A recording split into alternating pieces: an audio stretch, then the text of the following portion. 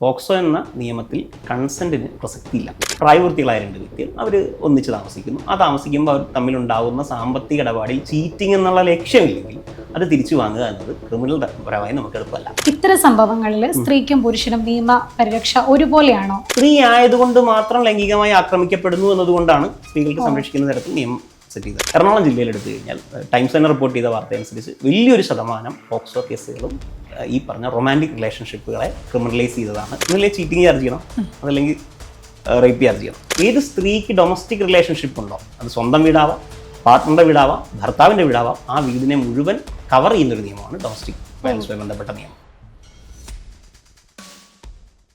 പ്രണയം തകരുന്നത് പുതുമയുള്ള കാര്യമല്ല ഇന്നത്തെ കാലത്ത്. പക്ഷെ പ്രണയം തകർന്നതിന് ശേഷമുള്ള പീഡന പരാതികളും ക്രിമിനൽ കുറ്റങ്ങളൊക്കെ വർദ്ധിച്ചുകൊണ്ടിരിക്കുകയാണ്. ഇതിൻ്റെ നിയമവശങ്ങളും അനന്തരഫലങ്ങളെക്കുറിച്ചൊക്കെ സംസാരിക്കാൻ നമ്മളോടൊപ്പം ചേർന്നിട്ടുള്ളത് മുഹമ്മദ് ഇബ്രാഹിം സാറാണ്. നമസ്കാരം സർ. നമസ്കാരം. നമ്മളിത് പറയുമ്പോൾ ഏറ്റവും ഒടുവിലത്തെ ഉദാഹരണമായിട്ട് എടുത്തു പറയേണ്ടത് പത്തനംതിട്ടയിലെ വ്യാജ പീഡന പരാതിയാണ്. ഇപ്പോൾ സമീപകാലത്ത് കോടതി ഒരു നിരീക്ഷണം നടത്തുകയുണ്ടായി. പ്രണയബന്ധങ്ങൾ അവസാനിച്ചാൽ അതിൽ ബലാത്സംഗം നടന്നുവെന്ന് പറയാനാകില്ല എന്ന്. അപ്പം ഏത് ഘട്ടത്തിലാണ് ഇതൊരു ബലാത്സംഗമായിട്ട് കണക്കാക്കാൻ പറ്റുക, അല്ലെങ്കിൽ ഇത്തരം സംഭവങ്ങൾ വരുമ്പോൾ നിയമവശങ്ങൾ എന്തൊക്കെയാണ്? നമുക്ക് റൊമാൻറ്റിക് റിലേഷൻഷിപ്പിനെ തൽക്കാലം മാറ്റി നിർത്താം. ഓക്കെ. എന്താണ് ക്രൈം? യെസ്. ഇതിനെയാണ് നമ്മൾ ക്രൈം എന്ന് വിളിക്കുന്നത്. ക്രൈം എന്ന് പറഞ്ഞു കഴിഞ്ഞാൽ ക്രൈമിന് രണ്ട് ഇൻഗ്രീഡിയൻസ് ആണുള്ളത്. ഒന്ന് അതിൻ്റെ ആക്ഷൻ, രണ്ട് അതിൻ്റെ ഇൻറ്റൻഷൻ. ഒരു ഉദാഹരണം പറഞ്ഞാൽ, ഞാനും ഹർഷയും അഭിമുഖമായിട്ട് നടന്നു തരികയാണ്. ഞാൻ ഹർഷയെ തട്ടുന്നു, ഹർഷ വീഴുന്നു, ഹർഷയ്ക്ക് പരിക്ക് പറ്റുന്നു. നമുക്ക് രണ്ടുപേർക്ക് നേരത്തെ തട്ടണമെന്നൊരു ഉദ്ദേശമില്ല. ഇല്ല. ഒരാൾക്ക് വീണു, പരിക്ക് പറ്റി. അടുത്ത സിനാരി എടുക്കുക, രണ്ടുപേരും നടന്നു വരുന്നു, ഒരാൾ മറ്റേയാളെ തള്ളിയിടുന്നു. ഞാൻ ഹർഷയെ തള്ളിയിടുന്നു. തള്ളിയിടുമ്പോഴും ഏതാണ്ട് സമാനമായി പരിക്കാൻ പറ്റുക. രണ്ടിലേതാണ് ക്രൈം? രണ്ടാമത്തെയാണ് ക്രൈം. ഒന്നാമത്തെ വളരെ സ്വാഭാവികം നടന്ന കാര്യമാണ്, അതിലും കേസെടുക്കണമെന്ന് ചോദിച്ചാൽ വേണമെങ്കിൽ പരാതി ഉണ്ടെങ്കിൽ കേസെടുക്കാം. പക്ഷെ രണ്ടാമത്തേതിൽ എന്താ കൂടിയത്? രണ്ടാമത്തെ ഒരു ഇൻറ്റൻഷൻ വന്നു. നമുക്ക് നിയമത്തിൻ്റെ ഭാഷയിൽ പറഞ്ഞാൽ തള്ളിയിടുമ്പോൾ തള്ളിയിടുക എന്നുള്ള ഉദ്ദേശത്തോടെ തള്ളിയിടുകയും അതിൽ പരിക്ക് പറ്റുമെന്ന അറിവോടെ തള്ളിയിടുകയും. അപ്പോൾ ആ രണ്ട് മെൻ്റൽ സ്റ്റേറ്റ് അതിൻ്റെ അത് ബാധകമായി. നമുക്കൊരു ആക്സിഡൻറ്റ് കേസ് എടുക്കാം. ഒരു ആക്സിഡൻറ്റ് കേസിൽ ഒരാൾക്ക് പരിക്ക് പറ്റുന്നു, ഒരു വണ്ടി ഇടിക്കുന്നു, ഒരാൾക്ക് പരിക്ക് പറ്റുന്നു, ഒരു ആയുധം ഉപയോഗിച്ച് ഒരാൾക്ക് പരിക്ക് പറ്റി നോക്കുക.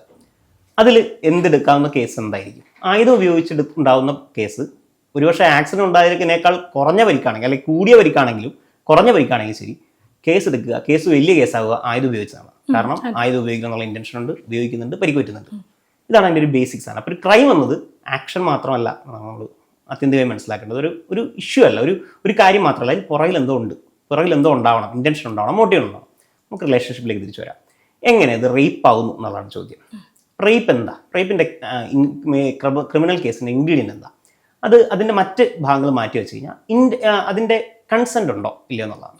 ഒരു സ്ത്രീയുടെ കൺസെൻറ്റിന് വിരുദ്ധമായോ അവരുടെ താല്പര്യത്തിന് വിരുദ്ധമായോ അവരുടെ താല്പര്യം അല്ലെങ്കിൽ കൺസെൻറ്റ് എന്തെങ്കിലും തരത്തിൽ നിർബന്ധിച്ച് നേടുകയോ അല്ലെങ്കിൽ എന്തെങ്കിലും തരത്തിൽ മദ്യപാനം വഴിയോ അല്ലെങ്കിൽ ഇൻടോക്സിക്കേറ്റ് ചെയ്തോ അല്ലെങ്കിൽ തെറ്റിദ്ധരിപ്പിച്ചോ ഇങ്ങനെയുള്ള അല്ലെങ്കിൽ പ്രഷറൈസ് ചെയ്തോ ഇങ്ങനെയൊക്കെ നേടുന്ന കൺസെൻറ്റുകൾ അല്ലാത്ത തരത്തിലുള്ള കൺസെൻറ്റുകൾ, ഈ ഇങ്ങനെ കൺസെൻറ്റ് അല്ലാത്ത കൺസെൻറ്റ്, അതല്ലെങ്കിൽ കൺസെൻറ്റ് ഇല്ലാതെയും, ഇതാണ് ഇതിൻ്റെ ബേസ്.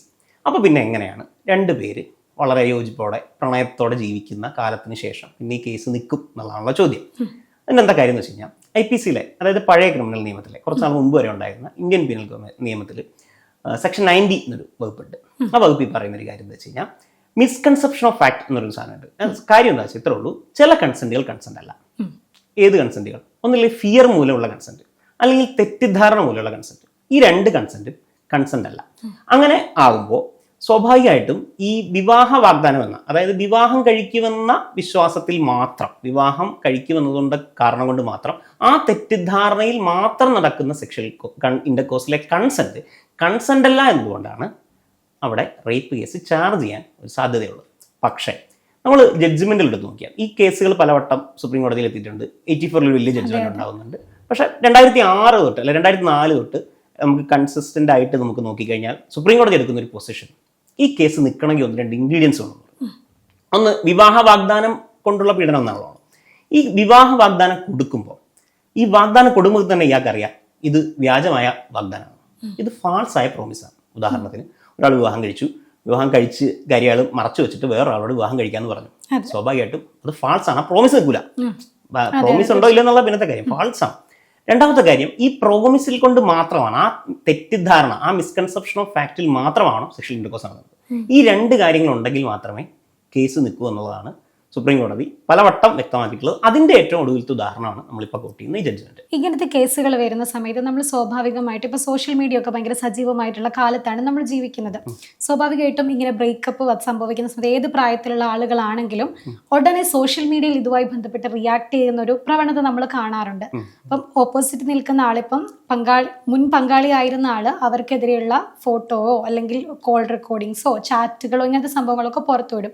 അപ്പൊ ഈ പുറത്തുവിടുന്ന ആൾക്ക് നിയമപരമായിട്ട് എന്തെങ്കിലും ശിക്ഷകൾ കിട്ടാൻ ചാൻസ് ഉണ്ടോ, അല്ലെങ്കിൽ ഓപ്പോസിറ്റ് നിൽക്കുന്ന ആൾക്ക്, അതായത് ഇതിന് വിക്ടിം ആയിട്ടുള്ള ആളുണ്ടല്ലോ, അവർക്ക് ഇതിനെതിരെ പരാതി കൊടുക്കാനുള്ള ഓപ്ഷൻസ് ഉണ്ട്? കാരണം ഇതിൽ നമുക്ക് വിവാഹം പോലൊരു കരാറൊന്നും ഇവിടെ ഇല്ലല്ലോ. അപ്പൊ അതെങ്ങനെയാണ് നമുക്ക് നിയമപരമായിട്ട് നേരിടാൻ പറ്റുക ഇത്തരം സോഷ്യൽ മീഡിയ? അതിന്റെ അടിസ്ഥാന കാര്യം എന്ന് വെച്ച് കഴിഞ്ഞാൽ, ഇപ്പോൾ നമ്മൾ ഏതെങ്കിലും സ്ഥലത്ത് ഇപ്പോൾ നമ്മളൊരു പത്രത്തിലൊരു കാര്യം എഴുതി നോക്കുക, പബ്ലിഷ് ചെയ്ത് നോക്കുക, അതിൽ എന്തൊക്കെ എഴുതാം നമുക്ക് ആവിഷ്കാര സ്വാതന്ത്ര്യമുണ്ട്, നമുക്ക് എന്തൊക്കെ എഴുതാം എന്നുള്ളതിന് ചില നിയന്ത്രണമുണ്ട്. പക്ഷേ ആവിഷ്കാര സ്വാതന്ത്ര്യത്തിൽ ചില റീസണബിൾ റെസ്ട്രിക്ഷൻസ് ഉണ്ട്. അതിലൊരു റെസ്ട്രിക്ഷനാണ് ഡെഫമേഷൻ എന്നുള്ളത്. അപകീർത്തിക്കുള്ള അവകാശമില്ല. നിങ്ങൾക്ക് എന്തും എഴുതാം, നിങ്ങൾക്ക് ഒരു അഭിപ്രായം എഴുതാം, ഒരു സിനിമയെക്കുറിച്ച് അഭിപ്രായം എഴുതാം, ഒരു പൊതുകാര്യത്തെക്കുറിച്ച് അഭിപ്രായം എഴുതാം. പക്ഷെ ആ അഭിപ്രായം എഴുതാം എന്നുള്ളതുകൊണ്ട് ഒരാളെ അപമാനിക്കാൻ പറ്റില്ല. ഇത്രേ ഉള്ളൂ. ഒരാളെ ഡിഫമേഷൻ്റെ കാര്യം ഇത്രയേ ഉള്ളൂ. ഒരാളുടെ റെപ്യൂട്ടേഷന് ദോഷം വരുത്തണം, ഹാം ചെയ്യണം എന്ന ഉദ്ദേശത്തോടെ നടത്തുന്ന വാക്കുകളാവാം, എഴുത്തുകളാവാം, മറ്റെന്തെങ്കിലും തരത്തിലുള്ള പബ്ലിക്കേഷൻസ് ആവാം, ഇവയൊക്കെ ഡെഫമേഷനാണ്. ഈ ഡെഫമേഷനുള്ള സാധ്യത അവിടെ നിൽക്കുന്നുണ്ട്. അപ്പോൾ സ്വാഭാവികമായിട്ടും ഒരു റിലേഷൻഷിപ്പ് ബ്രേക്ക് ആയി എന്നതുകൊണ്ട് ഒരാൾ മറ്റേയാൾക്കെതിരെ നിരന്തരം അയാൾക്ക് വേറെ കുഴപ്പങ്ങളുണ്ട്, അയാളുടെ റെപ്യൂട്ടേഷൻ തകർക്കുക എന്നുള്ള ഉദ്ദേശം കൊണ്ട് മാത്രം പറയുന്നതാണ് എൻ്റെ അകത്ത് ഡെഫമേഷൻ എന്നുള്ള ഏരിയയിലേക്ക് വരാം. പക്ഷെ പൊതുവെ ഈ കേസിൽ ആളുകൾ ചോദിക്കുക, അവരെനിക്കെതിരെ പരാതി കൊടുത്തു, എനിക്കിനി എന്ത് ചെയ്യാൻ പറ്റും? അത് വാർത്തയായി, ഒന്നും ചെയ്യാൻ പറ്റില്ല. പരാതി കൊടുത്തു എന്ന് പറയുന്നത് ഒരു ലീഗൽ ഫോറത്തിലാണ്. കാരണം ഈ ഡെഫമേഷന് കുറേ എക്സെപ്ഷൻസ് ഉണ്ട്. അതിലൊരു എക്സെപ്ഷൻ സത്യം പറയാന്നുള്ളതാണ്. അപ്പോൾ ഇയാൾ ഇങ്ങനൊരു ഉപദ്രവം ചെയ്തു എന്നുള്ള സത്യം പറഞ്ഞു എന്നുള്ളത് ഒരു എക്സെപ്ഷനാണ്, ഡെഫമേഷൻ ആവില്ല. അതല്ലെങ്കിൽ ഞാനൊരു ലീഗൽ ഫോറത്തിൽ പോലീസ് സ്റ്റേഷനിൽ പോയിട്ട് പരാതി കൊടുക്കുകയാണ്, അല്ലെങ്കിൽ ഒരു കമ്മീഷൻ ഓഫീസിലേക്ക് മെയിൽ ചെയ്യാൻ, മറ്റെന്തെങ്കിലും വഴിയിലൂടെ ഞാൻ പരാതി കൊടുക്കുക, അത് ഞാനൊരു ലീഗൽ അതോറിറ്റിക്ക് മുമ്പിൽ കൊടുത്ത പരാതിയാണ്. ആ പരാതിയും ചിലപ്പോൾ വാർത്ത ഉണ്ടാവാം. അത് ലീഗലായ ഒരു കാര്യമാണ്. അതിന്റെ ഇല്ലീഗാലിറ്റി അത് കഴിഞ്ഞ് കണ്ടെത്തേണ്ടതാണ്. അപ്പോൾ അതിൻ്റെ അകത്ത് അങ്ങനെ ഒരു ഏരിയയിൽ സാധ്യത. നേരെ മറിച്ച് സോഷ്യൽ മീഡിയ പറയുന്നു എന്നുള്ളതോ മറ്റെന്തെങ്കിലും സ്ഥലത്ത് എഴുതുന്നു എന്നുള്ളതോ ഒരു ഡെഫമേഷൻ സാധ്യതയാണ്. ഓക്കെ. അപ്പൊ ഈ പറയുന്നത് പോലെ ഈ റിലേഷൻഷിപ്പിൽ ഇപ്പൊ ലിവിങ് റിലേഷനൊക്കെ സർവ്വസാധാരണമാണ് നമ്മുടെ നാട്ടിൽ. അപ്പൊ ഈ ലിവിങ് റിലേഷൻഷിപ്പിലൊക്കെ നിൽക്കുമ്പോൾ തന്നെ നമ്മളെല്ലാം അങ്ങോട്ടും ഇങ്ങോട്ടും ഷെയർ ചെയ്തിട്ടൊക്കെ തന്നെയാണ് നിൽക്കുന്നത്. അവിടെ സാമ്പത്തിക ഇടപാടുകൾ ഉണ്ടാവാം, ഫാമിലി ലൈഫ് പോലെ തന്നെയാണ് ഒരു പരിധി വരെ അവിടെയും ജീവിക്കുന്നത്. പിന്നീട് ഇത് പിരിഞ്ഞു കഴിയുമ്പം നമ്മൾ അങ്ങനെ കൊടുത്തിരുന്നു, ഇങ്ങനെ കൊടുത്തിരുന്നു, നമ്മുടെ ഗോൾഡ് അവരുടെ കയ്യിലുണ്ടായിരുന്നു, ഞങ്ങളുടെ പൈസ ഇത്ര പോയി, ഇങ്ങനെയൊക്കെ പറഞ്ഞ പരാതികൾ കേൾക്കാറുണ്ടല്ലോ. ഇത് തിരിച്ചു പിടിക്കാൻ നമുക്ക് ഏതെങ്കിലും ഇതിൽ നിയമത്തിന്റെ സഹായം തേടാൻ പറ്റുമോ? ആർക്കെങ്കിലും ഒരാൾക്ക് അല്ലെങ്കിൽ രണ്ടുപേർക്കും? ഈ റൊമാൻറ്റിക് റിലേഷൻഷിപ്പ് ആണല്ലോ. അപ്പോൾ എന്താ കുഴപ്പമെന്ന് വെച്ചാൽ നമുക്ക് ഇതിനകത്ത് കണക്കൊക്കെ പറയാന്ന് പറഞ്ഞ പ്രശ്നം. ഞാനൊരു ഇന്റർവ്യൂവിൽ വിജയ് സേതുപതി പറയുന്നത് കേട്ടോ, എന്താണ് സ്നേഹം എന്ന് വെച്ചാൽ എടുക്കുന്നത് എന്താ കൊടുക്കുന്നത് എന്താണെന്ന് അറിയാത്തതാണ്, കേൾക്കാൻ രസമാണ്. അപ്പോൾ എന്താ കുഴപ്പം, ഇത് കഴിഞ്ഞ് എന്ത് ചെയ്യുന്നുള്ള വിവാഹത്തിലൊരു കോൺട്രാക്ട് ഉണ്ട്. കോൺട്രാക്ട് ആയതുകൊണ്ട് തന്നെ അതിനൊരു ഗ്രീവിയൻസ് പറയാൻ ഒരു കുടുംബ കോടതിയുണ്ട്. ഏറ്റവും ലളിതമായി പറഞ്ഞു, ചെന്ന് പറയാൻ ഒരു സ്ഥലത്ത്. ഇവിടെ ചെന്ന് പറയാൻ നമുക്ക് സ്ഥലമൊന്നുമില്ല. അപ്പോൾ പിന്നെ എന്ത് ചെയ്യും എന്നുള്ളതാണ് ചോദ്യം. പണം മാത്രമാണ്, സാമ്പത്തികം മാത്രമാണ് ഇടപാടെങ്കിൽ, സാമ്പത്തികമായി മറ്റു കാര്യം മാത്രമാണെങ്കിൽ അതിലൊരു ക്രിമിനൽ കേസ് നിൽക്കാനുള്ള സാധ്യത വളരെ കുറവാണ്. കാരണം എന്താ വെച്ച് കഴിഞ്ഞാൽ നമ്മൾ തമ്മിലൊരു സാമ്പത്തിക, ഞാൻ ഹർഷൻ തമ്മിലൊരു സാമ്പത്തിക ഇടപാടുണ്ട്, എനിക്ക് തിരിച്ചു തരാൻ പറ്റുന്നില്ല, അല്ലെങ്കിൽ ഹർഷയ്ക്ക് തിരിച്ചു തരാൻ പറ്റുന്നില്ല എന്നത് ഒരു ചീറ്റിംഗ് ആവണമെന്നില്ല. കാരണം ചീറ്റിങ്ങിന് ഞാൻ നേരത്തെ പറഞ്ഞ ക്രിമിനൽ ലോയുടെ ഇൻഗ്രീഡിയൻ്റ് ആയ ഇൻറ്റൻഷൻ വേണം. ചീറ്റ് ചെയ്യണം എന്നുള്ള ഇൻറ്റൻഷൻ വേണം. ഞാൻ ഹർഷയ്ക്ക് ഒരു ജോലി തരാം എന്ന് പറഞ്ഞിട്ടൊരു കുറച്ച് കാശ് വാങ്ങുകയാണ്, വിദേശത്ത് എവിടെയെങ്കിലും ജോലി മേടിച്ചു തരാം എന്ന് പറഞ്ഞ് കാശ് വാങ്ങിച്ചു. എനിക്ക് ജോലി തരാൻ പറ്റുന്നില്ല.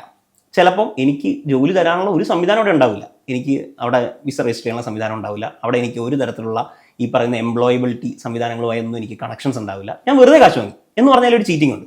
പക്ഷെ ഞാൻ ആത്മാർത്ഥമായിട്ട് കാശ് വെച്ചു, അത് കഴിഞ്ഞ് വെസ്റ്റ് ഏഷ്യയിൽ ക്രൈസിസ് വന്നു, അപ്പോൾ എനിക്ക് ജോലി തരാൻ പറ്റില്ല എന്ന് പറഞ്ഞാൽ അവിടെ ചീറ്റിംഗ് നിൽക്കുമോ എന്നുള്ളതാണ് ചോദ്യം.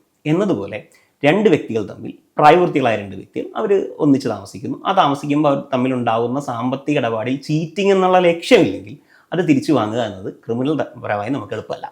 പിന്നെയുള്ള സാധ്യത സിവിൽ നടപടിപരമായി. അതിന് ട്രാൻസാക്ഷൻസിൻ്റെ മറ്റ് ഡീറ്റെയിൽസ് മുഴുവൻ നമ്മൾ ഈ പറഞ്ഞ അക്കൗണ്ട് ഡീറ്റെയിൽസ്, ട്രാൻസാക്ഷൻസിൻ്റെ മറ്റ് എവിഡൻസ് മുഴുവൻ കളക്ട് ചെയ്ത് വെക്കുകയും അതിന് നമുക്ക് സിവിൽ സ്യൂട്ട് വഴി, നമുക്ക് റിക്കവറി ഓഫ് മണി വഴിയുള്ള സ്യൂട്ട് വഴി തിരിച്ചു പിടിക്കുക എന്നുള്ള മാർഗ്ഗമേ ഉള്ളൂ. ഓക്കെ. ഇത്തരം സംഭവങ്ങൾ വരുമ്പം നമ്മൾ പൊതുവെ കേൾക്കുന്ന ഒരു കാര്യമാണ്, അവള് പെണ്ണാണല്ലോ അതുകൊണ്ട് കോടതി കയറി ഈസി ആയിട്ട് അവർക്കെല്ലാം കിട്ടും, നമുക്ക് കിട്ടില്ല, അങ്ങനെ ആണുങ്ങൾ പറയുന്ന ഒരു പൊതുവായ രീതി അതാണ്. ശരിക്കും ഇത്തരം സംഭവങ്ങളിൽ സ്ത്രീക്കും പുരുഷനും നിയമ പരിരക്ഷ ഒരുപോലെയാണോ കോടതികളിൽ? അല്ല, ഒരുപോലെ അല്ലാത്തതിന് കാരണം എന്ന് വെച്ച് കഴിഞ്ഞാൽ എന്ത് കേസാണ് രജിസ്റ്റർ ചെയ്യുന്നത്? നമ്മൾ ആദ്യം തന്നെ പറഞ്ഞല്ലോ, എന്ത് കേസ് രജിസ്റ്റർ ചെയ്യുന്നത്? റേപ്പ് കേസാണ് രജിസ്റ്റർ ചെയ്യുന്നത്, ചീറ്റിംഗ് കേസല്ല, റേപ്പ് കേസാണ് രജിസ്റ്റർ ചെയ്യുന്നത്. എന്താ റേപ്പ് കേസ് എന്ന് പറയുന്നത്? റേപ്പ് കേസ് എന്നുള്ളത് സെക്ഷലായ ഒരു വയലൻസ് ആണ്. ഞാൻ ഒരു ഉദാഹരണം പറഞ്ഞു കഴിഞ്ഞാൽ, ഒരു ക്രൈം എടുക്കുക, 2 പേര് തമ്മിൽ ചീത്ത വിളിക്കുന്ന ഒരു ക്രൈം, 2 പേര് തമ്മിൽ ഒരു സ്ഥലത്ത് വെച്ച് തർക്കം ഉണ്ടാകുന്നു, അതിലൊരാളെ മറ്റൊരാളെ അസഭ്യം പറയുന്നു, ചീത്ത വിളിക്കുന്നു, അതൊരു കേസാവുക എന്ന് നോക്കുക. അതൊരു ക്രിമിനൽ കേസാണ്, അതൊരു ബെയിൽ കിട്ടാവുന്ന ക്രിമിനൽ കേസാണ്. നമ്മൾ വേറൊരു സിനാരിയോ ആലോചിക്കുക. ഒരു വ്യക്തി മറ്റൊരു പട്ടികജാതി പട്ടിക സമുദായത്തിൽപ്പെട്ട ഒരാളെ പൊതുസ്ഥലത്ത് വെച്ച് അയാളെ ജാതിപ്പേര് വിളിച്ചിട്ടാണ് ഈ ചീത്ത വിളിക്കുന്നതെങ്കിൽ കേസ് മാറി, വകുപ്പ് മാറി. അപ്പൊ നമ്മുടെ പൊതു ലോജിക്ക് എന്ന് വെച്ച് കഴിഞ്ഞാൽ, നമ്മൾ ഈ പറഞ്ഞ പുരുഷ സ്ത്രീ തർക്കത്തിൽ പുരുഷന് നീതി കിട്ടുന്നില്ല എന്ന് പറയുന്നതിന്റെ ലോജിക്ക് നിൽക്കുന്നത് എങ്ങനെയാണെന്ന് വെച്ച് കഴിഞ്ഞാൽ, ഇതിങ്ങനെ പറയുന്നത് പുരുഷന്മാർക്ക് നീതി കിട്ടുന്നില്ല, പുരുഷന്മാർക്കെതിരെയാണ് നിയമം മുഴുവൻ, ക്രിമിനൽ നിയമം തുല്യമാവണ്ടെന്ന് ചോദിക്കുന്നു. ഒരു സ്ത്രീ കൊന്നാലും ആണ് കൊന്നാലും ശിക്ഷ വന്നാൽ, പക്ഷെ ചില സന്ദർഭങ്ങളിൽ സ്ത്രീ ആവുന്നതും പുരുഷനാവുന്നതും തമ്മിലുള്ള വ്യത്യാസമുണ്ട്. ഇവിടെ നമ്മൾ സംസാരിക്കുമ്പോഴേ ഈ പറയുന്ന പോലെ പീഡന കേസുകൾ വരുമ്പം, ഇപ്പം കഴിഞ്ഞ ഇടയ്ക്ക് ഞാൻ വാർത്തയിൽ കണ്ടിരുന്നു ആലപ്പുഴയിൽ ഈ പറയുന്ന പോലെ സ്കൂൾ പിയൂണുമായി ബന്ധപ്പെട്ട ഒരു സംഭവം, കേസ് കൃത്യമായി ഓർത്തെടുക്കാൻ പറ്റുന്നില്ല. അതായത് വ്യാജ പീഡന പരാതിയാണ്. അയാൾ കുറെ കാലം ജയിലിലൊക്കെ കഴിയേണ്ടി വന്നു. പിന്നെ അവസാനം കുറെ കാലത്തിന് ശേഷമാണ് അയാൾ തെറ്റുകാരനല്ലെന്ന് ഇതാക്കിയിട്ട് തിരിച്ചു വന്നത്. അപ്പൊ ഇത്തരം സന്ദർഭങ്ങളിലൊക്കെ പുരുഷന്മാർ ശരിക്കും ഇരയാക്കപ്പെടുന്നുണ്ടല്ലോ. ഒരു സംശയമൊന്നുമില്ല. അത് നമ്പർ കുറവാണെന്നുള്ളത് നമ്മൾ ഇല്ലെന്ന് പറയുന്നില്ല. ഞാൻ പറയുന്നത് ഇതൊരു സെക്ഷൽ വയലൻസ് ആയതുകൊണ്ട്, സ്ത്രീ ആയതുകൊണ്ട് മാത്രം ലൈംഗികമായി ആക്രമിക്കപ്പെടുന്നു എന്നതുകൊണ്ടാണ് സ്ത്രീകൾക്ക് സംരക്ഷിക്കുന്ന തരത്തിൽ നിയമം സെറ്റ് ചെയ്തിട്ടുള്ളത്. പക്ഷേ അങ്ങനെ ഡിസൈൻ ചെയ്തു എന്നുള്ളതുകൊണ്ട് വ്യാജ കേസുകൾ ഉണ്ടാവുന്നില്ലെന്നോ പുരുഷന്മാർ ഉപദ്രവിക്കപ്പെടുന്നില്ലെന്നോ ഒരു ഓപ്ഷൻ ഇല്ല. കാരണം ഒരു റിലേഷൻഷിപ്പിൽ നിന്ന് ബ്രേക്ക് ആവുക എന്ന് പറഞ്ഞു കഴിഞ്ഞാൽ ഒരാൾക്ക് ആ റിലേഷൻഷിപ്പിൽ തുടരാൻ പറ്റുന്നില്ല. അത് എന്ത് ഇഷ്യൂ ആവട്ടെ, കമ്പാറ്റബിലിറ്റി ഇഷ്യൂസ് ആവട്ടെ, മറ്റെന്തെങ്കിലും ഇഷ്യൂസ് ആവട്ടെ, ഇഷ്യൂവിൽ തുടരാൻ പറ്റുന്നില്ല എന്നുള്ള അവകാശം രണ്ടുപേർക്കും വേണമല്ലോ. കുറച്ച് നാൾ മുമ്പ് വരെ നമ്മുടെ ഒരു പൊതു ഇടത്തിൽ അല്ലെ പൊതു സ്പേസിൽ പറഞ്ഞിരുന്ന തേപ്പുകാരി, തേപ്പുകട, അതൊക്കെ വളരെ വളരെ അംഗീകൃതമായിരുന്നു പ്രയോഗങ്ങളൊക്കെ. പക്ഷെ തിരിച്ച് ഇത് പറയുന്നതിനാണ് നമ്മൾ ഈ കേസ് കൊടുക്കുന്നതെന്ന് പറയുന്നത്. മനസ്സിലായില്ലേ? അതായത് മറ്റേ നോ എനിക്ക് അംഗീകരിക്കാൻ പറ്റില്ല. ഒരു സ്ത്രീയുടെ നോ അംഗീകരിക്കാത്തപ്പോൾ തേപ്പുകാരി തേപ്പിടാന്ന് വിളിച്ച പോലെ പുരുഷന്റെ നോ അംഗീകരിക്കാൻ പറ്റാത്ത ആളുകൾ ക്രിമിനൽ കേസ് കൊടുത്തു എന്ന് വരാം. അങ്ങനെ കൊടുക്കുന്നു എപ്പോഴും കൊടുക്കുന്നു എന്ന് പറയാൻ പറ്റില്ല, പക്ഷെ അങ്ങനെ കൊടുത്തു എന്ന് വരാം. അത് നോ അംഗീകരിക്കാതിരിക്കുന്ന ഒരു പ്രശ്നമാണ്. അതിന് ഈ പറയുന്ന കാര്യങ്ങൾ സഹായകരമാകുന്നുണ്ട്. ഓക്കെ, നമ്മൾ ഈ അടുത്തിടെയൊക്കെ കേൾക്കുന്ന ഒരു വാക്കാണ് ടോക്സിക് റിലേഷൻഷിപ്പ് എന്ന് പറയുന്നത്.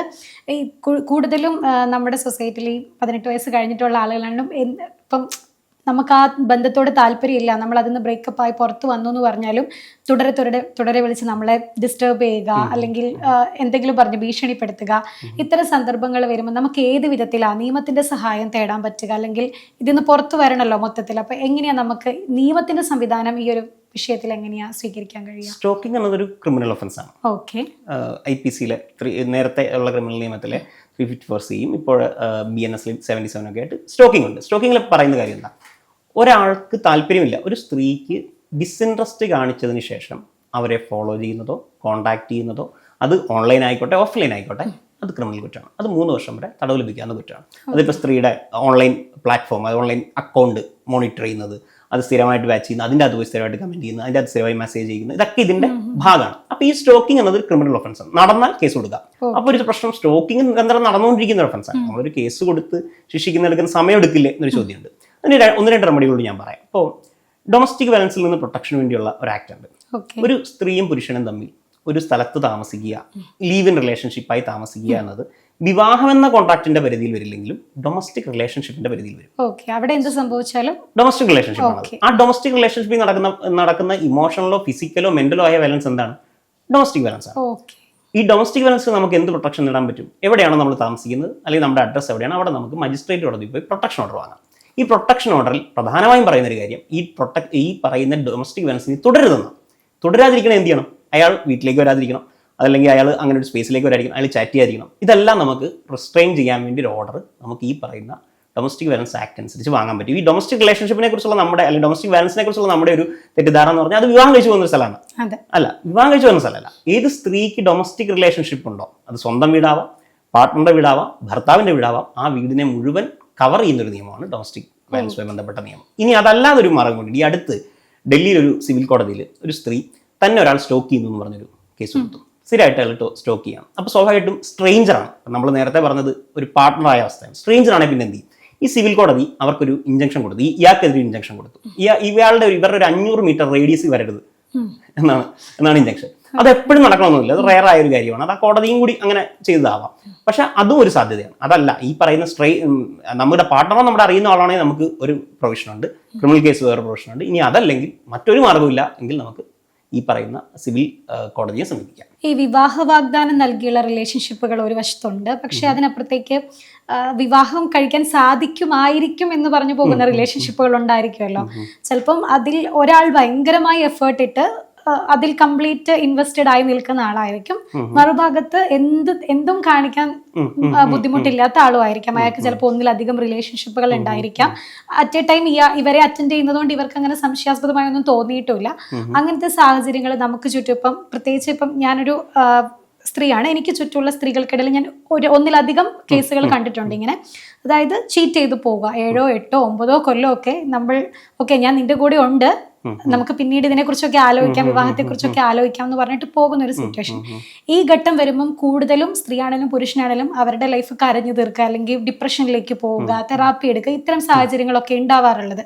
അപ്പം ഇങ്ങനെ നമ്മളോട് ചീറ്റ് ചെയ്തിട്ട് അല്ലെങ്കിൽ നമ്മളെ ബുദ്ധിമുട്ടിച്ചിട്ട് പോകുന്ന ആളുകൾക്കെതിരെ എന്തെങ്കിലും നിയമസഹായം നമുക്ക് തേടാനുള്ള ഓപ്ഷൻ കേരളത്തിലുണ്ടോ, അല്ലെങ്കിൽ നമ്മുടെ നിയമവ്യവസ്ഥ എന്തെങ്കിലും തരുന്നുണ്ടോ? നമ്മൾ നേരത്തെ പറഞ്ഞ പോലെ ഈ റിലേഷൻഷിപ്പിന് ഒരു കവറില്ല, ലീഗൽ കവറില്ല നമ്മൾ ആദ്യം മനസ്സിലാക്കാം. ഇത് ഫാമിലി ലോയുടെ ലീഗൽ കവറില്ല. പിന്നെ ഉള്ളത് ഇവിടെ ഒരു ക്രൈം നടക്കുന്നുണ്ടോ എന്നുള്ള ചോദ്യം മാത്രം. ഒരു സിവിൽ കവർ നമുക്ക് തെളിവ് നമ്മുടെ കയ്യിൽ ഉണ്ടെന്നിരിക്കട്ടെ, എന്തെങ്കിലും പരാതി കൊടുത്താൽ നമുക്ക് എന്തെങ്കിലും നിയമ അതിന് ഈ സാധ്യതകളേ ഉള്ളൂ. ഒന്നല്ലേ ചീറ്റിംഗ് ചാർജ് ചെയ്യണം, അതല്ലെങ്കിൽ റേപ്പ് ചാർജ് ചെയ്യണം. ഈ 2 ക്രിമിനൽ ഒഫൻസിന്റെ സാധ്യതകളേ ഉള്ളൂ. അതുകൊണ്ടാണ് അതിൽ വേറൊരു കാര്യം, ഇപ്പൊ നമ്മളിപ്പോൾ ഈ വ്യാജ കേസ് കൊടുക്കുന്നു എന്ന് പറയുമ്പോൾ നേരെ കേസ് കൊടുക്കാൻ പറ്റില്ല.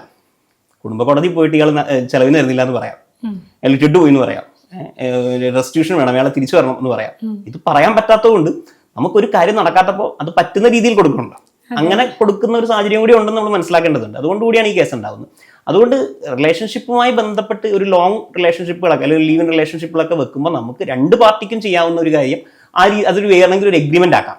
എഗ്രിമെന്റ് ആക്കാന്ന് പറഞ്ഞു കഴിഞ്ഞാൽ ഇപ്പോൾ 2 പേരും ഒന്നിച്ച് താമസിക്കുന്നു, ഈ ഒന്നിച്ച് താമസിക്കുന്ന എന്നതുമായി ബന്ധപ്പെട്ട് ഇനി ഒരു ക്രിമിനൽ ഡിസ്പ്യൂട്ടോ സിവിൽ ഡിസ്പ്യൂട്ടോ ഞങ്ങൾ തമ്മിലില്ല, പക്ഷെ ഞങ്ങൾ ഇങ്ങനെ കാര്യങ്ങളാണ് ചെയ്യുന്നതെന്ന് പറഞ്ഞിട്ട് ഒരു എഗ്രിമെന്റ് ചെയ്യുകയോ നോട്ടറി അറ്റസ്റ്റ് ഒക്കെ ചെയ്യാം. അത് ഭാവിയിലുള്ള ക്രിമിനൽ നടപടിയിൽ നിന്ന് രക്ഷ നേടാം. പക്ഷേ ഈ പറഞ്ഞ റൊമാൻറ്റിക് മറ്റേ പീരീഡ് അത് പറഞ്ഞാൽ മനസ്സിലാവും സംശയത്തിന്റെ പാട്. ഇപ്പൊ കഴിഞ്ഞ ദിവസം സുപ്രീം കോടതി പറഞ്ഞൊരു കാര്യം എന്ന് വെച്ച് കഴിഞ്ഞാൽ ഒരു വിവാഹവുമായി ബന്ധപ്പെട്ട ഡിസ്പ്യൂട്ടാണ്. അപ്പോൾ വിവാഹത്തിൽ അഡൾട്ടറി പ്രൂവ് ചെയ്യണോ വേണ്ടതെന്നാണ്. അപ്പം ഒരു പാർട്ടി മറ്റൊരു പാർട്ടിയെ കുറിച്ച് അവരുടെ മൊബൈൽ ഫോൺ ചാറ്റ് മുഴുവൻ ഞാൻ റെക്കോർഡ് ചെയ്തിട്ടുണ്ടെന്ന് പറഞ്ഞു. സുപ്രീം കോടതി പറഞ്ഞു ചാറ്റ് ചെയ്ത് തുടങ്ങിയപ്പോൾ തന്നെ പരിപാടി പോയല്ലോ, റിലേഷൻഷിപ്പ് പോയി, പ്രത്യേകിച്ചൊന്നും ചെയ്യാനില്ല എന്ന് പറഞ്ഞു. അപ്പോൾ അത് തന്നെയാണ് റിലേഷൻഷിപ്പിന്റെ ഒരു ഇഷ്യൂ. നിങ്ങൾ എല്ലാ എഗ്രിമെന്റ് എഴുതി നിങ്ങൾ ഇന്ന കാര്യങ്ങൾ വെച്ച് കണക്ക് വെച്ച് നമുക്ക് ജീവിക്കാൻ പറ്റില്ല.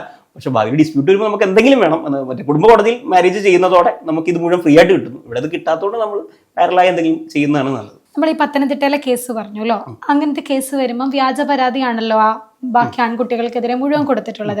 അപ്പൊ ഇത്തരം കേസുകൾ വ്യാജമാണെന്ന് തെളിഞ്ഞു കഴിഞ്ഞാൽ ഈ ആരോപണം ഉന്നയിക്കുന്ന ആൾക്ക് കിട്ടാവുന്ന ശിക്ഷ എത്രത്തോളമാണ്, അല്ലെങ്കിൽ അതിന്റെ നിയമവശങ്ങൾ എന്തൊക്കെയാണെന്നൊന്ന് വ്യക്തമാക്കി. പൊതുവെ നമ്മൾ ഈ ഒരു വ്യാജ പരാതി ഉന്നയിച്ചു എന്ന് നമ്മൾ തിരിച്ചറിയണം. ഇത് വ്യാജമാണെന്ന് എപ്പോൾ തിരിച്ചറിയും നമ്മളോട് ചോദ്യമുണ്ട്. വ്യാജമാണെന്ന് തിരിച്ചറിയണേ ഒന്നില്ലെങ്കിൽ ഈ കേസ് അന്വേഷണം നടത്തിയിട്ട് പോലീസ് ഓഫീസർ പറയണം ഈ കേസ് നിൽക്കുന്നില്ല എന്ന് പറഞ്ഞാൽ റഫർ റിപ്പോർട്ട് വെക്കണം. എന്തായാലും FIR രജിസ്റ്റർ ചെയ്യാൻ പറ്റില്ല, കാരണം ഇത് വളരെ സെൻസിറ്റീവായ കാര്യമാണ്. പോക്സോയാണ്, അതല്ലെങ്കിൽ റേപ്പാണ്, ഇതൊക്കെ വളരെ വളരെ സീരിയസ് ആയ ഒഫൻസുകളാണ്. അതിൻ്റെ അകത്തൊന്നും FIR രജിസ്റ്റർ ചെയ്യാൻ പറ്റില്ല, രജിസ്റ്റർ ചെയ്യാൻ പറ്റില്ല. FIR രജിസ്റ്റർ ചെയ്തിട്ട് ഇത് കുറ്റം ചെയ്തിട്ടില്ലാന്ന് എപ്പോൾ കണ്ടെത്തും? അന്വേഷിച്ചാലേ കണ്ടെത്താൻ പറ്റുള്ളൂ. ഈ അന്വേഷിച്ച് കണ്ടെത്തിയിട്ട് കോടതിയിൽ റിപ്പോർട്ട് കൊടുക്കണം, ഇത് നിലനിൽക്കുന്നതല്ല, ഇത് കേസ് വ്യാജമാണ് എന്ന് പറയുക ഒരു സ്റ്റേജ്. രണ്ടാമത്തത് ഈ പോലീസ് ഓഫീസർക്ക് ചിലപ്പോൾ കണ്ടെത്തിയപ്പോൾ കുറച്ച് തെളിവുകളൊക്കെ ഉണ്ടെന്ന് തോന്നും, അപ്പോൾ കുറ്റപത്രം സമർപ്പിച്ചു നോക്കുക, പിന്നെ വിചാരണ നടത്തിയിട്ട് തെളിയിക്കാൻ പറ്റുള്ളൂ ഇത് ഇയാൾ ചെയ്തിട്ടുണ്ടോ ഇല്ലയോ. ഇത് രണ്ടും ചെയ്തതിനു ശേഷമാണ് നമുക്ക് എന്ത് ചെയ്യാൻ പറ്റുക. ഇത് രണ്ടിൽ ഏതെങ്കിലും ഒന്ന്, ഒന്നില്ലേ മറ്റേതാണെങ്കിൽ കുറച്ചുകൂടെ പെട്ടെന്ന് കഴിയും. ഒരു ടൈം ലിമിറ്റ് ഉണ്ട് ചാർജ് ഫ്രെയിം ചെയ്യുന്നതിന് അല്ലെങ്കിൽ കുറ്റപത്രം സമർപ്പിക്കുന്നത്. പക്ഷെ അത്രയും ടൈം ലിമിറ്റ് എന്തിനില്ല, വിചാരണയ്ക്കില്ല. വിചാരണയിൽ ചിലപ്പോൾ ഒരു 10 വർഷമൊക്കെ ചിലപ്പോൾ പോവാം. ഞാൻ പറഞ്ഞ 5 വർഷം തൊട്ട് 10 വർഷം വരെയൊക്കെ ഒരു വിചാരണ പോവാം. അപ്പോൾ ഈ 2 ഘട്ടത്തിൽ ഏതെങ്കിലും ഒന്ന് കഴിഞ്ഞാലേ ഈ പറഞ്ഞ മലീഷ്യസ് പ്രോസിക്യൂഷൻ എന്ന തരത്തിൽ, അതായത് വ്യാജ കേസാണ് എനിക്കെതിരെ കൊടുത്തത് എന്ന തരത്തിലുള്ള സാധ്യതയുള്ളൂ. അപ്പോഴും ശ്രദ്ധിക്കേണ്ട കാര്യം, ഇപ്പോൾ ഒരു വിചാരണ നടത്തി ചില കേസുകളിലൊക്കെ തെളിവിന്റെ അഭാവത്തിൽ വെറുതെ വിട്ടു. പ്രോസിക്യൂഷന് സംശയാസ്പദമല്ലാത്ത രീതിയിൽ തെളിയിക്കാൻ പറ്റാത്തതിനാൽ വെറുതെ വിട്ടു. ഈ 2 സാഹചര്യവും എന്ന് പറയുന്നത് തെളിവിന്റെ അഭാവമാണ്. അവിടെയും പരാതി വ്യാജ എന്ന് പറയാൻ പറ്റില്ല. അപ്പോൾ പരാതി തന്നെ വ്യാജമാണെന്ന് കണ്ടെത്തുന്ന തരത്തിലുള്ള കണ്ടെത്തലുകൾ പോലീസ് സ്റ്റേഷനിൽ നിന്നോ കോടതിയിൽ നിന്നോ ഉണ്ടായാലേ അതിനുശേഷം നമുക്ക് ഇനിഷ്യേറ്റ് ചെയ്യാൻ പറ്റുള്ളൂ. അത് തീർച്ചയായിട്ടും ഒഫൻസ് ആണ്. ഇങ്ങനത്തെ ഒരു ഇത് വന്നു കഴിഞ്ഞാൽ, ഇത് വ്യാജമാണെന്നൊരു സംശയം വന്നു കഴിഞ്ഞാൽ ഈ പരാതി ഉന്നയിച്ച ആൾ എന്തെങ്കിലും കാര്യമായിട്ട് ചെയ്യേണ്ടതുണ്ടോ? അതിൽ ഞാനത് തെളിയിക്കാൻ വേണ്ടിയിട്ടായിട്ട് ഇല്ല. നമ്മുടെ നാട്ടിലെ ഒരു ലീഗൽ സിസ്റ്റം അനുസരിച്ച് ഒരു പരാതി ഒരാൾ കൊടുത്തു കഴിഞ്ഞാൽ, നമ്മൾ ക്രിമിനൽ കേസ് എടുത്തു കഴിഞ്ഞാൽ, അത് ആരാണോ പ്രതി അയാൾ സ്റ്റേറ്റ് ഓഫ് കേരള ആയിരിക്കും. സ്റ്റേറ്റ് ആണ് ഇരയുടെ വക്കീൽ, സ്റ്റേറ്റ് ആണ് പ്രോസിക്യൂട്ടർ ആണ് ഇരയുടെ വക്കീൽ, സ്റ്റേറ്റ് ആണ് കേസ് അന്വേഷിക്കുന്നത്, സ്റ്റേറ്റ് ആണ് വിചാരണ നടത്തുന്നത്, സ്റ്റേറ്റിന്റെ ഉത്തരവാദിത്തം. അങ്ങനെയാണ് നമ്മുടെ ലീഗൽ സിസ്റ്റം നിൽക്കുന്നത്. അതുകൊണ്ട് ഇത് മുഴുവൻ സ്റ്റേറ്റ് ചെയ്യേണ്ടതാണ്, അതിൽ സംശയമൊന്നുമില്ല. പക്ഷെ വൺസ് ഈ പറയുന്ന കാര്യങ്ങൾക്ക് മുഴുവൻ ശേഷം ഇത് ചെയ്തിട്ടില്ല എന്ന് കണ്ടാൽ നമുക്ക് 2-3 റെമഡിയാണ് ഉള്ളത്. ഒന്ന്, ക്രിമിനൽ ഒരു സെക്ഷൻ 248 അനുസരിച്ച് BNS അനുസരിച്ച് അതിൻ്റെ ഒരു സെക്ഷനാണ്, അത് 5 വർഷം വരെ തടവ് ലഭിക്കാവുന്ന കുറ്റമാണ്. അതിനെതിരെ നമുക്ക് ഫ്രഷ് ക്രിമിനൽ പ്രൊസീഡിങ്സ് ഇനിഷ്യേറ്റ് ചെയ്യാം. അതല്ലെങ്കിൽ സിവിൽ കോടതികളിൽ നമുക്ക് നഷ്ടപരിഹാരം ചോദിച്ചു പോകാം. അതല്ലെങ്കിൽ ഈ നമ്പിനാരായണന്റെ കേസിലൊക്കെ സംഭവിച്ച പോലെ സ്റ്റേറ്റിന്റെ വയലൻസും കൂടി അതിനകത്ത് ഉൾപ്പെട്ടിട്ടുണ്ട്, സ്റ്റേറ്റും കൂടി അതിൻ്റെ അത് ഭീകരമായിട്ട് ഉൾപ്പെട്ടിട്ടുണ്ടെങ്കിൽ ഫണ്ടമെന്റൽ റൈറ്റ് വയലേഷൻ കാണിച്ചിട്ട് ഹൈക്കോടതിയിൽ പോവാം. ഇതിലൊക്കെ പക്ഷേ ഈ പറഞ്ഞ പോലെ കേസ് കഴിഞ്ഞ് അത്രയോ വർഷം കഴിഞ്ഞിട്ടാണ് നമ്പിനാരായണന് നഷ്ടപരിഹാരം കിട്ടിയെന്ന് നമ്മൾ മറന്നു വരും. പക്ഷെ അതൊരു സാധ്യതയാണ്. ഇത്തരം സാഹചര്യങ്ങളിലെ ഇപ്പം നമുക്ക് അവസാനമായിട്ട് നിർത്തുമ്പോൾ എനിക്ക് ചോദിക്കാനുള്ളത്, ഇത്തരം സാഹചര്യങ്ങളിൽ നിയമ നടപടികളിലേക്കൊന്നും പോകാതിരിക്കാൻ യുവാക്കളായിട്ടുള്ള അല്ലെങ്കിൽ റിലേഷൻഷിപ്പിലുള്ള ആളുകൾ ശ്രദ്ധിക്കേണ്ട കാര്യങ്ങൾ എന്തൊക്കെയാണ്? അതായത് ഒരു റിലേഷൻഷിപ്പിലേക്ക് നമ്മൾ കാലെടുത്ത് വെക്കുമ്പോൾ ഒരുപാട് പ്രശ്നങ്ങൾ നമ്മൾ ഫേസ് ചെയ്യേണ്ടി വരും. അപ്പൊ ഇതൊക്കെ ചിലപ്പോൾ ഭാവിയിൽ വലിയ നിയമ നടപടികളും ചിലപ്പം വ്യക്തി ജീവിതത്തെ തന്നെ ബാധിക്കുന്ന രീതിയിലുള്ള പ്രശ്നങ്ങളിലേക്ക് പോയേക്കാം. ഇതിലേക്കൊന്നും പോവാതിരിക്കാൻ, നിയമപരമായിട്ടുള്ള കാര്യങ്ങളിലേക്ക് പോവാതിരിക്കാൻ എന്തൊക്കെ മുൻകരുതലുകളാണ് നമ്മൾ സ്വീകരിക്കേണ്ടത്? ഒരു വക്കീൽ എന്ന നിലയിൽ എന്താ പറയാനുള്ളത്? വക്കീൽ റിലേഷൻഷിപ്പിൽ ഇടാതിരിക്കുന്നതായിരിക്കും രണ്ടുപേർക്കും നല്ലതെന്ന് എന്നാലും അറിവിലേക്കായിട്ട് ഒരു ഇൻഫർമേഷൻ പോലെ ഞാനത് ഈ കുട്ടികളിൽ നിന്ന് തുടങ്ങും. ഇപ്പോൾ നമ്മൾ പോക്സോ വ്യാജ കേസിനെ കുറിച്ചാണല്ലോ പറഞ്ഞത്. ഈ ഒരു 18 വയസ്സുള്ള ഒരു പയ്യനാണെന്ന് നോക്കുക, ഒരു 17-16 വയസ്സുള്ള പെൺകുട്ടിയാണെന്ന് നോക്കുക, തിരിച്ചു ആവാം. കാരണം പോക്സോ ജനറൽ ന്യൂട്രലാണ്. നമ്മൾ ഈ പറയുന്ന മറ്റേ സ്ത്രീകൾക്ക് മാത്രം കൂടുതൽ പ്രൊട്ടക്ഷൻ ഉള്ള രീതിയിലുള്ള എല്ലാവർക്കും ഉണ്ട്. അപ്പോൾ ഒരു പരാതി വന്ന് എന്ത് ചെയ്യും? ആ സമയത്ത് 17 വയസ്സുള്ള ആൺകുട്ടിയോ പെൺകുട്ടിയോ അല്ലെങ്കിൽ 16 വയസ്സുള്ള ആൺകുട്ടിയോ പെൺകുട്ടിയോ പരാതി കൊടുത്താൽ, ഈ പറയുന്ന ഒരു സെക്ഷൽ ആക്ട് നടന്നു എന്ന് പറഞ്ഞ് പരാതി കൊടുത്താൽ എന്ത് ചെയ്യും? കാരണം എൻ്റെ അടുത്ത് 2 പ്രശ്നമുണ്ട്. കൺസെന്റ് അവിടെ ഇമ്മെറ്റീരിയലാണ്. പോക്സോ എന്ന നിയമത്തിൽ കൺസെന്റിന് പ്രസക്തിയില്ല. കൺസെന്റ് ഉണ്ടായി എന്നതുകൊണ്ട് സെക്ഷൽ ആക്ട് ക്രിമിനൽ കുറ്റം ആവാതിരിക്കുന്നില്ല. സെക്ഷൽ ആക്ട് നടന്ന ക്രിമിനൽ കുറ്റമാണ്, അത് തർക്കമില്ല. അപ്പോൾ എന്ത് ചെയ്യും? സാധാരണ ഇതിൽ എന്താ സംഭവിക്കുക എന്ന് വെച്ചാൽ, ഏതെങ്കിലും ഒരു വീട്ടുകാർ, ഈ ആൺകുട്ടിയുടെ പെൺകുട്ടി ഏതെങ്കിലും ഒരു വീട്ടുകാർ ഈ പറഞ്ഞ കാസ്റ്റ് കൊണ്ടോ അല്ലെങ്കിൽ ക്ലാസ് കൊണ്ടോ ഒക്കെ വലിയ ആളുകളാണെങ്കിൽ അവർ ഒരു ക്രിമിനൽ കേസാക്കാൻ ഈ പറയുന്ന കുട്ടിയെ നിർബന്ധിക്കുക. കുട്ടിയെന്ന് പറയുന്ന മിക്കവാറും നമ്മളൊരു സംരക്ഷണ ചുമതല കഴിയുന്ന ഒരാളാണല്ലോ. കുട്ടിക്ക് അത് വേറെ ഓപ്ഷൻസ് ഒന്നും ഉണ്ടാവില്ല. പരാതി കൊടുക്കുകയും പോക്സോ കേസ് ആവുകയും ചെയ്യുന്നു. ഇപ്പോൾ നമ്മൾ എറണാകുളം ജില്ലയിൽ എടുത്തു കഴിഞ്ഞാൽ ടൈംസ് തന്നെ റിപ്പോർട്ട് ചെയ്ത വാർത്ത അനുസരിച്ച് വലിയൊരു ശതമാനം പോക്സോ കേസുകളും ഈ പറഞ്ഞ റൊമാൻറ്റിക് റിലേഷൻഷിപ്പുകളെ ക്രിമിനലൈസ് ചെയ്തതാണ് തിരിച്ചറിയേണ്ടതുണ്ട്. ആ ഒരു കോഷൻ നമ്മുടെ കുട്ടികൾക്ക് ഉണ്ടാവേണ്ടതുണ്ട്. ഞങ്ങൾ എന്ത് തെറ്റാ ചെയ്തത്? ഞങ്ങൾ റിലേഷൻഷിപ്പ് ആയിരുന്നു, ഞങ്ങൾ അതിൽ സ്വാഭാവികമായി നടന്ന കാര്യമാണ്. അതിൽ തർക്കമൊന്നുമില്ല. പക്ഷേ നിലവിലെ ക്രിമിനൽ നിയമം അനുസരിച്ച് ഇതിലൊരു പ്രശ്നമുണ്ട് എന്ന് ഒരു വശത്ത് തിരിച്ചറിയേണ്ടതുണ്ട്. മറുവശത്ത് ആണ് ഈ മേജറായ ആളുകളുടെ കാര്യത്തിൽ അതിൽ നമ്മൾ തീർച്ചയായിട്ടും മനസ്സിലാക്കേണ്ടത് പല കാരണങ്ങൾ കൊണ്ട്, പല ചരിത്രപരമായ കാരണങ്ങൾ കൊണ്ട്, സാമൂഹ്യമായ കാരണങ്ങൾ കൊണ്ട് സ്ത്രീകൾക്ക് എതിരെ നടക്കുന്ന സെക്ഷൽ വയലൻസിനെ ക്രിമിനലൈസ് ചെയ്യുന്ന തരത്തിലാണ്, കൂടുതൽ സ്ട്രോങ് ആയി ക്രിമിനലൈസ് ചെയ്യുന്ന തരത്തിലാണ് അത് ഡിസൈൻ ചെയ്തിട്ടുള്ളത്. നേരത്തെ ഉണ്ടായിരുന്ന സെക്ഷൻ 377 അതായത് പുരുഷന്മാർക്കെതിരെ നടക്കുന്ന ലൈംഗിക കുറ്റകൃത്യങ്ങൾ പോലും ഇപ്പോൾ കുറെ കൂടി വീക്ക് ആവുക ചെയ്തു. ഇപ്പോൾ ഒരു വയലൻസേ നിൽക്കുള്ളൂ. ഒരു സെക്ഷൽ ആക്ട് എന്നത് ക്രൈം ആവുന്ന ഒരു അവസ്ഥ ഇപ്പോൾ ഇല്ല.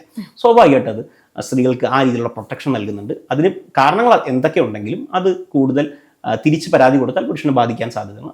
ആ തിരിച്ചറിവ് പുരുഷനും ഉണ്ടാവേണ്ടതാണ് നല്ലത്.